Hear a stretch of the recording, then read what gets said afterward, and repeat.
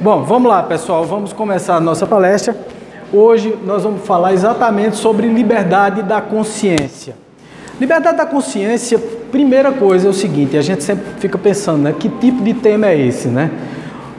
Falar em liberdade e depois a gente falar em liberdade da consciência. Uma das primeiras coisas que a gente precisa entender é que isso faz parte de um tema central da doutrina espírita, que é a reforma íntima, né? É você trabalhar a sua reforma interior, trabalhar o que você tem por dentro, o que você sente, o que você pensa, ver no que é que você está pensando e que tipo de pensamento você está emitindo para o mundo. De que forma você está agindo no dia a dia, de que forma você está se comportando. E muitas vezes a gente fica pensando assim, poxa, esse comportamento ou essa forma de pensar e de agir tem que ser religiosa, a gente tem que ser santo para poder evoluir. A gente não tem que ser santo coisa nenhuma. Primeiro porque não existe santo, como também não existe demônio. Ninguém foi feito eternamente por mal e nem ninguém foi feito perfeito ao ponto de ser anjo ou de ser santo. Então não existe essa qualificação. Isso é uma das primeiras coisas que a gente precisa entender. E quando a gente fala em reforma íntima, em mudar interiormente, a gente precisa primeiro ter consciência de quem a gente é. Então vamos ver aqui no nosso slide, né? Vamos começar logo por ele. O que é consciência, né? É o termo que significa conhecimento, percepção, honestidade. Também pode revelar a noção dos estímulos à volta de um indivíduo que confirmam a sua existência. Por esse motivo, se costuma dizer que quem está demandando ou está em coma, ou desmaiado ou está em coma, está inconsciente. O indivíduo que está desmaiado está inconsciente. Por quê? Porque não está tomando conta de si próprio, né? Não está tomando conta das suas problemas. Mas muitas vezes a gente está bem, está consciente e não está tomando conta da gente. Que a maioria das vezes é desse jeito, né? Às vezes a gente não toma conta do próprio, do próprio espírito, dos próprios pensamentos, das próprias ações, das atitudes que a gente toma no dia a dia. E essa é um dos maiores riscos que a gente corre, é não se conhecer. E se conhecer é um dos processos mais difíceis que existe. Você se conhecer, saber quem você é muito difícil porque você sabota a si próprio.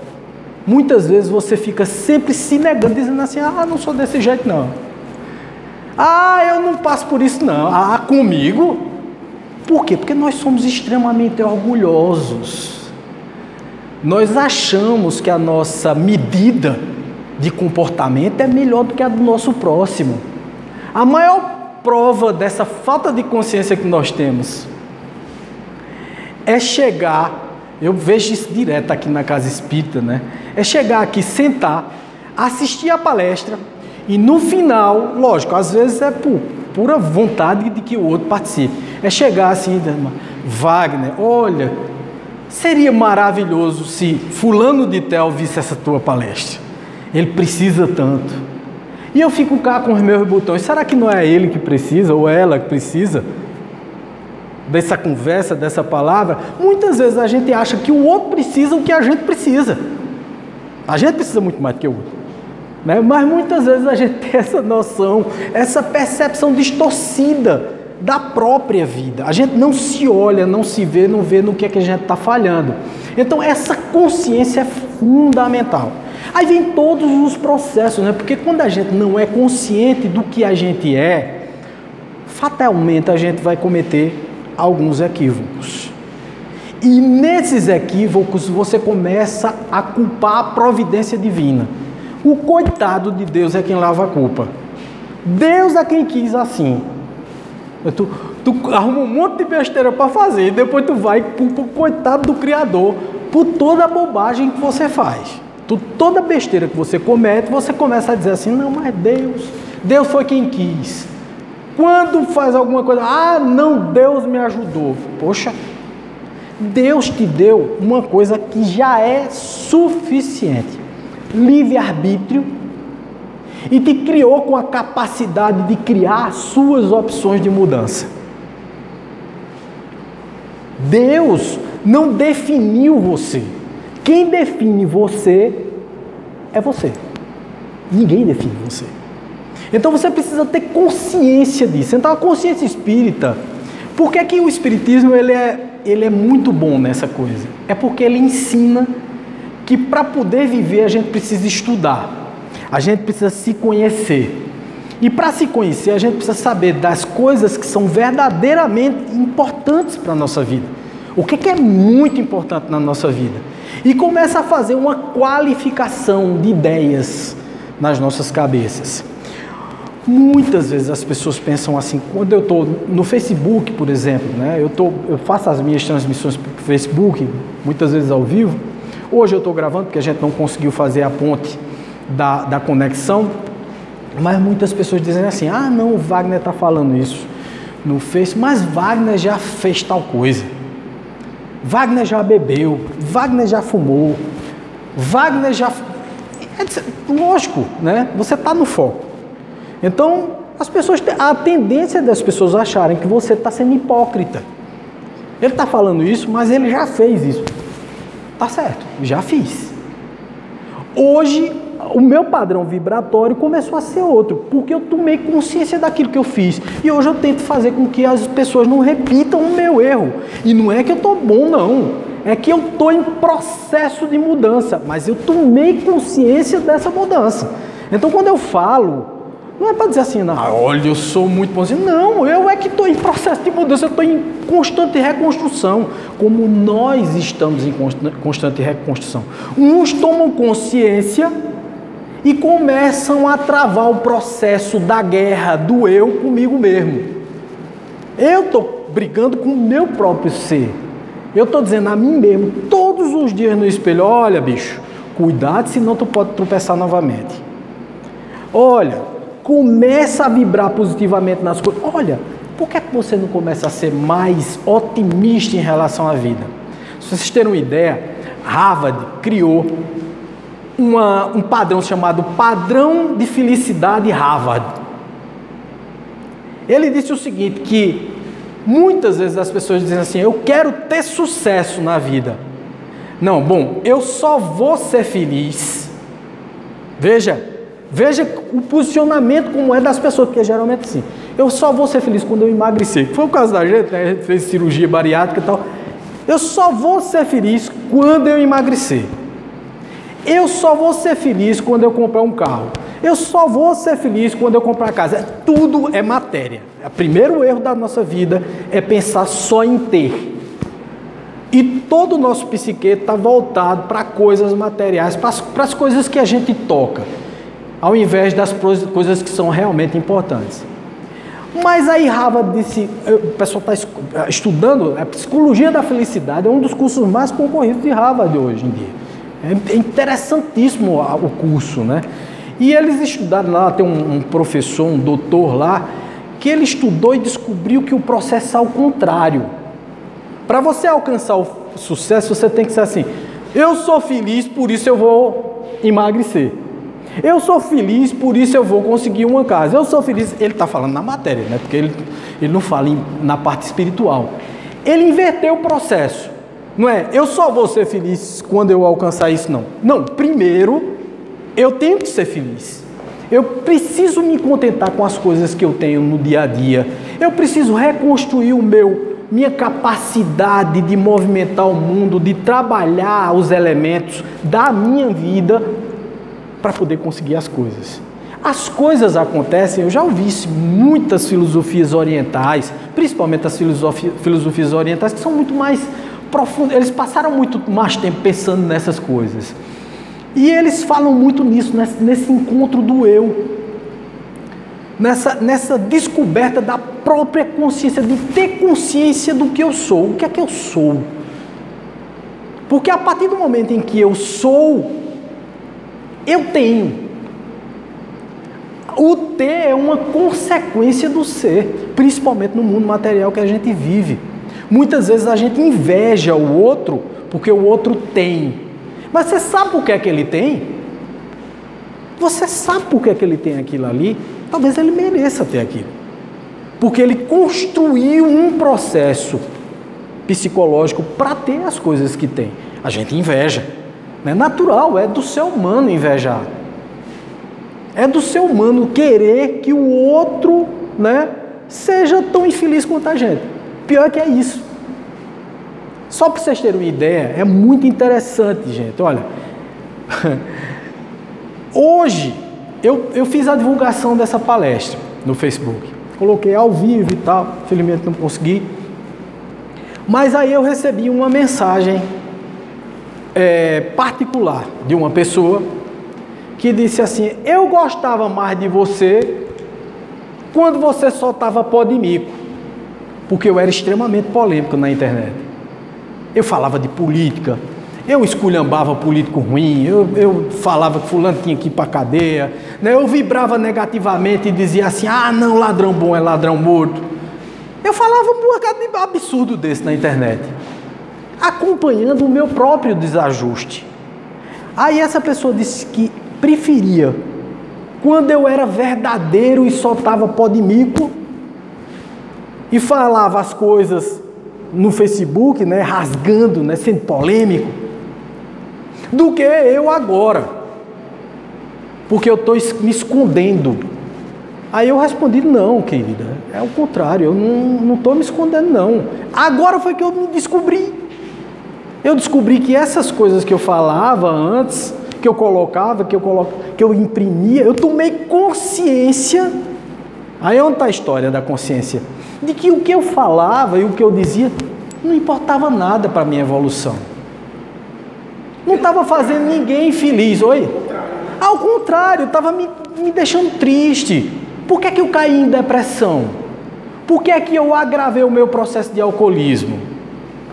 Por que é que eu quase me mato? É porque eu não estava satisfeito comigo mesmo. Eu estava me olhando todos os dias no espelho dizendo assim: mas rapaz, tu é um ser humano sem alma. Como é que tu vai falar isso? Eu falava uma coisa hoje, amanhã eu estava totalmente arrependido, porque eu via que não tinha futuro aquilo que eu estava fazendo. Eu estava estragando a minha própria vida. Então veja só, é o contrário. Se eu estou preservando, eu tenho opinião ainda sobre, lógico que eu tenho opinião, mas para que eu estar dando opinião sobre certas coisas que não me dizem respeito? Eu vou consertar o mundo? Não. Se alguém quiser saber da minha opinião particularmente, vem a mim. Me pergunta: Wagner, qual é a tua opinião? Minha opinião sobre esse político, ou sobre essa situação, ou sobre esse negócio, é assim, assim, assado. Mas eu vou estar lá entrando em polêmica, criando uma energia negativa para me prejudicar, defendendo certas coisas que eu não devo defender, sendo politicamente incorreto, mas não só pela inconveniência de ser politicamente incorreto. É simplesmente para desafiar muita gente. É polêmico para desafiar. Era o que eu era. Eu era polêmico para desafiar. Para desafiar a quem, criatura? Quem é que está se importando com o que tu pensa ou deixa de pensar? Tu só está se envenenando. Muitas vezes a gente pensa que ao trabalhar a polêmica, gerar a polêmica, a gente está envenenando a coletividade. Não, a gente está se envenenando primeiro. Você está dando veneno a você próprio, né? Tomando veneno e pensando que está dando veneno ao outro para se matar. Não, você está se envenenando. Porque quando você cai em si e descobre as coisas que você está fazendo, você diz assim: eita, que eu estou fazendo uma besteira. Aí é onde você entra em depressão. Porque ao tomar consciência dos seus erros, você diz: não era assim. Veja quanta besteira eu fiz, veja quanta besteira eu estou dizendo, veja quantas pessoas eu estou tornando infeliz com isso, veja como eu estou acendendo fogo, como a minha colega disse, jogando pó de mico em quem não merece. Veja como eu estou fazendo com que as pessoas que até me admiravam deixem de me admirar porque eu estou citando ou dando uma opinião sobre algo. Eu não tenho que dar opinião sobre nada, principalmente em público e sem ter a presença do outro. Redes sociais é isso. A gente tem que ter muito cuidado com esse tipo de coisa. Essa consciência que a gente tem que ter é em tudo. Aí vamos aumentar o leque dessa consciência para vocês entenderem um outro processo chamado sincronicidade. E vocês vão entender aqui o que é que eu estou dizendo. Mas vamos lá. A consciência também está relacionada com o sentido de moralidade e de dever, pois é a noção das próprias ações ou sentimentos internos no momento em que essas ações são executadas. A consciência pode ser relativa a uma experiência, problemas, experiências ou situações. Por exemplo, ele estava completamente viciado, mas não tinha consciência disso. Eu estava completamente viciado, eu não tinha consciência. E tem mais, um dos processos mais difíceis que existe é a da autoaceitação. É você aceitar que você está doente. Se você se olhar no espelho e dizer assim, ele está errado. Eu estou destruindo minha família, eu estou destruindo a minha casa, eu estou destruindo a minha vida para satisfazer o meu ego ou o meu vício. Então eu perco a consciência estando consciente. Esse é o pior momento da vida do cidadão. É quando você perde a consciência estando com os pés no chão. E estando com os olhos abertos. Significa que você já não vive mais sua vida, você vive a vida de outras pessoas.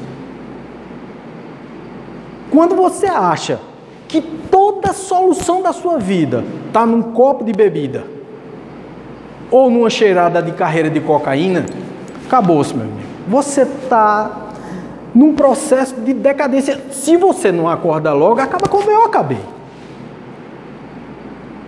Para que vocês entendam, né, as pessoas que não me conhecem, eu fui interno. Eu passei 40 dias internado numa clínica de desintoxicação, com altíssima depressão. Pensando em me matar, eu só me matei porque eu era espírita já. Eu sou espírita há 30 anos. Eu disse, mas Wagner, tu passasse tanto tempo como espírita e não se tocasse disso antes. A vida vai levando a gente.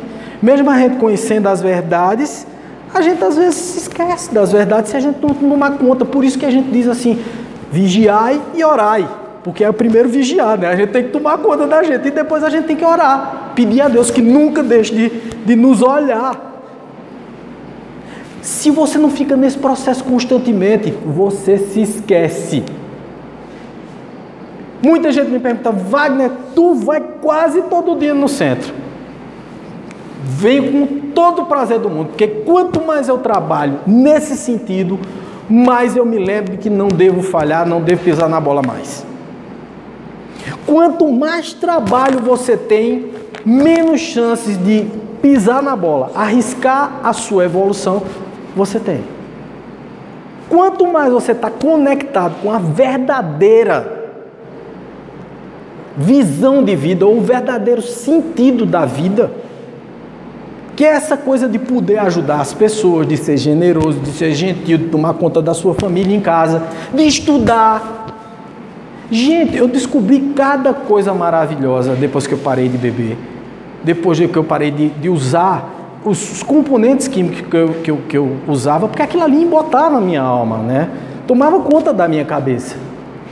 Eu achava que o mundo era um copo de álcool. Eu achava que o meu mundo era aquilo ali. Eu achava que meu mundo era ir para um bar. Aliás, tinha até uma brincadeira de um primo meu que dizia assim, quando a gente dizia assim, hoje eu não estou bebendo antes, e tu consegue ser feliz? Veja que a consciência desse pessoal, se tu consegue ser feliz sem beber, rapaz, agora é que eu estou. Agora é que eu estou descobrindo as coisas pequenas da vida, as coisas detalhadas. E eu estou vendo o quanto eu perdi tempo, porque é o seguinte, enquanto eu estava bebendo, tomando 90% da minha vida no álcool, em função de uma distração química no meu cérebro, a vida estava passando.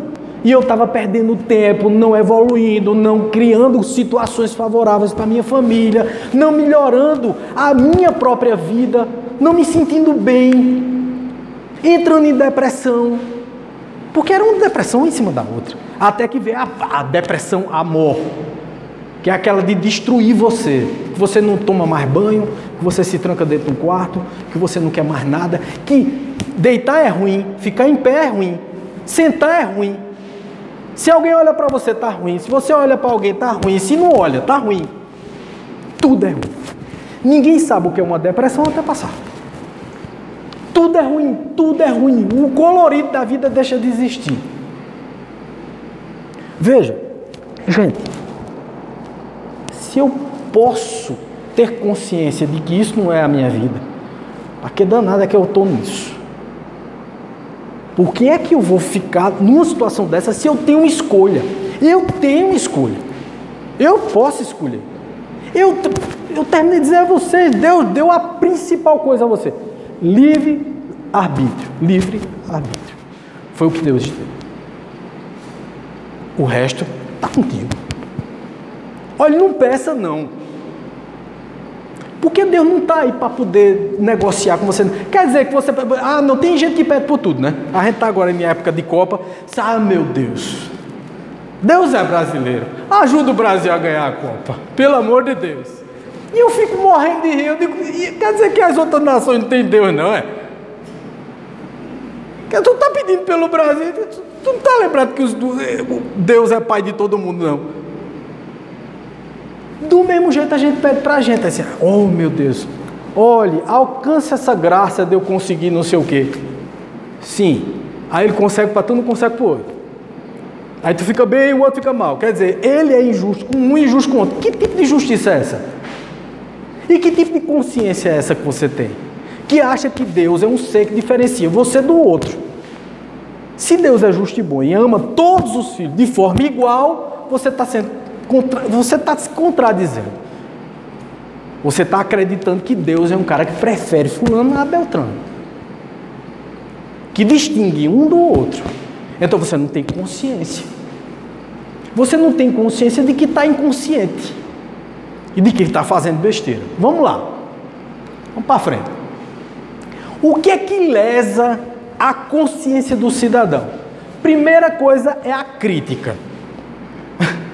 Eu terminei de dizer a vocês que eu vivia criticando. Veja como eu era doente. Eu tenho as três coisas, veja. Eu tinha tudo isso, eu era completinho. Não tem aquele carro completo, né? Ar-condicionado, direção hidráulica, completo. É completo, top de linha. Completo. Eu era top de linha nos meus defeitos, né? Não sou, porque nada disso desapareceu. Está tudo aqui dentro. Eu estou tomando conta para ele não sair mais. Então eu fico tomando conta o tempo todo para não estar criticando ninguém, para não estar sendo maledicente, para não estar falando dos outros, para não estar comentando besteirinha, fulaninho, beltraninho, tal. Eu tenho é que promover a concórdia e não a discórdia. Eu tenho que criticar, lógico. Você vai, quer dizer, a gente vai agora deixar de criticar. Não. Tenha seu senso crítico bem apurado, é muito importante, mas daí a maledicência é um passo muito curto. Por isso que ele fala na crítica. Depois, o julgamento. Julgar os outros. E caramba, a gente faz direto, gente. A gente vive julgando as pessoas. Por exemplo, essa minha amiga me julgou. Ela julgou que eu estava sendo hipócrita, porque eu estava falando do bem. Quer dizer, se o cara fala do mal, está fazendo errado. Se fala do bem, está fazendo errado. O que você quer, pelo amor de Deus? Por Nossa Senhora. Me diga, hein? Mas aí é exceção, né? Pois é. Mas aí tem um lado bom. Sim. Porque no caso, ela só lhe criticou. Como vai ser poucas as pessoas que vão lhe criticar. Vai ter as que vão apoiar. Mas esse aqui é o grande lance, né? É o seguinte, é que todas as vezes que você pensar assim, puxa vida, eu vou ser criticado, vai. Porque as pessoas não querem ver só a virtude em você, elas querem ver que você é falho, que você tropeça. Então, se elas puderem, elas te empurram para tropeçar. Um outro dia eu gravei um vídeo sobre isso, eu digo assim, é muito engraçado, né? Parece que as pessoas estão vibrando para que você erre. Então, enquanto você está numa situação muito difícil, elas ficam dizendo assim, olha, saia disso. Veja, você bebe demais, você está viciado, por isso que você está desse jeito. A culpa é sua. Saia daí. Aí você sai. Aí você começa a ressurgir. Aí você começa a ficar bem. A primeira coisa que a pessoa faz é assim, isso é falso. Eu só estou esperando o dia para tu tropeçar e cair. Ué, tu me dava força, agora tu está querendo me empurrar, birma abaixo? Que tipo de cidadão é você? Que tipo de consciência é essa? É esse julgamento que a gente faz das pessoas. Você fica julgando o outro o tempo todo, achando que o outro está fazendo uma coisa para aparecer. Meu Deus do céu, o que é que eu ganho com isso? Me diga. Além da minha própria evolução. Eu ganho minha evolução, gente. Wagner, o que é que tu ganha dando palestra no Espiritismo? Tudo de graça, tudo. Porque no Espiritismo não se cobra. Outro dia uma moça telefonou para mim, aí disse assim, olha, eu queria ir lá conversar com você porque meu irmão bebe. Eu digo, não, ótimo, apareça lá no centro, nós estamos lá quarta-feira, a partir das 7h30 da noite. Ela disse, quanto é? Eu digo, nada não. Ela disse, não é possível. Essas coisas todo mundo cobra, por que não cobra? Veja a cabeça, as pessoas estão acostumadas a comprar a espiritualidade, a comprar o divino, a comprar a evolução, a comprar o bem-estar. Isso não se compra, gente. Isso se adquire por mérito. Quando no centro espírita a gente fala que a gente ajuda e tal, o mais doente somos nós que estamos aqui falando, porque é o seguinte, eu só falo aquilo que eu identifico. Vocês concordam comigo? Eu só falo aquilo que eu compreendo demais tudo. Eu estava falando para Eduardo lá dentro. Eu não falo sobre nada, eu falo de. Porque quem fala sobre alguma coisa que não conhece. Que não viveu. Pode até conhecer, porque estudou, porque leu sobre. Quem fala sobre é assim. Mas quem fala de, ele tem os dois pontos. Ele viveu. E ele agora, por que viveu aquilo? Porque passou por aquilo, ele está estudando sobre aquilo. Então ele sabe falar muito mais. Por quê? Dói em mim. Todas as vezes que eu sonho com isso, que isso não é sonho, isso é pesadelo, né? Porque eu sonho, muitas vezes eu sonho voltando a beber. Olha, eu acordo de manhã com agonia, com vontade de sair doido correndo. Porque para mim a pior coisa que tem é exatamente sonhar ou então levantar a mínima possibilidade que um dia eu possa voltar. Porque só me trouxe coisas péssimas. Eu quase estrago meu casamento, a minha vida, meu filhinho. Olhava todo dia para mim e dizia assim, painho, pare, painho. Eu queria o senhor aqui comigo, painho. Cara, veja que coisa eu estava fazendo. Que abominação, que tipo de cidadão é esse que recebe almas sob o seu cuidado para você tomar conta, para você fazer com que ele evolua e você dá um mau exemplo?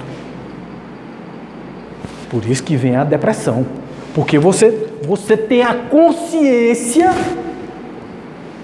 de que você está fazendo errado. Você está entronchando sua vida, você está entortando tudo. Tome consciência rápido. Então, outra coisa que lesa completamente a consciência, a mentira. E não só se mente para o outro, se mente para si próprio.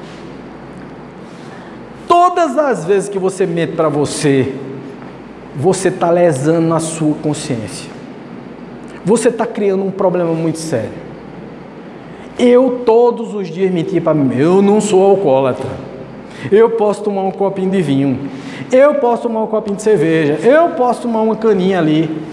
Podia nada. Era tomar e passar dias bebendo, sem parar um minuto, feito cantiga de grilo, como diz o outro, né? Direto feito cantiga de grilo. E tu pensa que tem alguém que diga assim, ah, rapaz, para. Os teus amigos, que tu tem eu mesmo tinha um problema muito sério. Eu dizia assim, meu Deus, no dia que eu deixar de beber, não vou ter um amigo. Estou atolado. O que é que eu faço? Ao contrário, rapaz. Agora eu tenho amigo. Agora eu tenho amigo. Naquela época eu tinha companheiro de copo. Lógico, os meus amigos de verdade, que bebiam comigo, que eram amigos e continuam sendo amigos, são meus amigos porque, poxa, me apoiaram a minha parada, ficaram consternados com a minha doença, com o meu problema, porque tem gente que pode beber, gente. Tem gente que pode tomar um cerveja ou outro e não vai afetar nada na vida dele, que tem controle sobre si. E tem gente que não tem controle porque isso é uma doença, alcoolismo é uma doença. Entenda isso. A droga, quem se droga, está colocando dentro de si um efeito que não é natural, é químico. E vai passar. E quando passa, vem depressão. Então, gente, se você não pode, não faça. Todo mundo sabe o que é certo. Faz o errado porque quer. Ou não é verdade, mas Wagner, eu não tenho força? Tem. Todo mundo tem força. Todo mundo tem força. Se você quiser, você tem força. Agora você precisa convencer a você mesmo. Você não pode mentir para si próprio. A pior mentira que existe é você mentir para você mesmo. Mentir para os outros é muito ruim. Mas mentir para si próprio é a mesma coisa. Você está se enganando. Você está dizendo uma coisa para você que não é verdadeira. E você colocar a culpa em tudo, né? E até colocar Deus nessa jogadinha aí que você está acostumado a colocar, isso é uma injustiça tremenda. Porque nada do que acontece na tua vida foi Deus que criou, foi tu mesmo. Então, se tu criou, tu descria. Tu consegue modificar. É só querer. Mas Wagner, é difícil. Eu sei que é difícil, gente. Quem não sabe que não é difícil? É difícil, sim. Eu não estou aqui vendendo uma fórmula de felicidade, não. Eu estou mostrando para as pessoas como reformar a própria consciência. Reformar o seu eu. Porque é muito importante para a sua evolução. Eu não gosto de ver ninguém passando pelo que eu passei. Portanto, eu faço questão de dizer assim, ó, vamos comigo. Vamos comigo, rapaz. Vamos nessa comigo, vamos sair disso. Porque é ruim. Eu sei o quanto foi ruim. Olha, eu comecei a beber quando tinha 13 anos de idade. Conta aí, eu tenho 52. Eu parei quando tinha 50 anos de idade, 50 e pouquinho.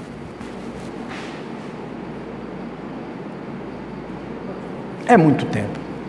É muito tempo errando, é muito tempo perdido, é muita vida sem evolução, é muito tempo sem aproveitar. Mas quando eu estou falando em bebida, por favor, transforme isso em outras coisas.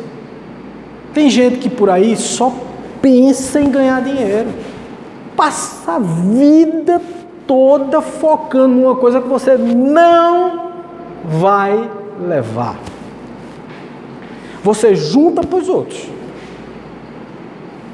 E você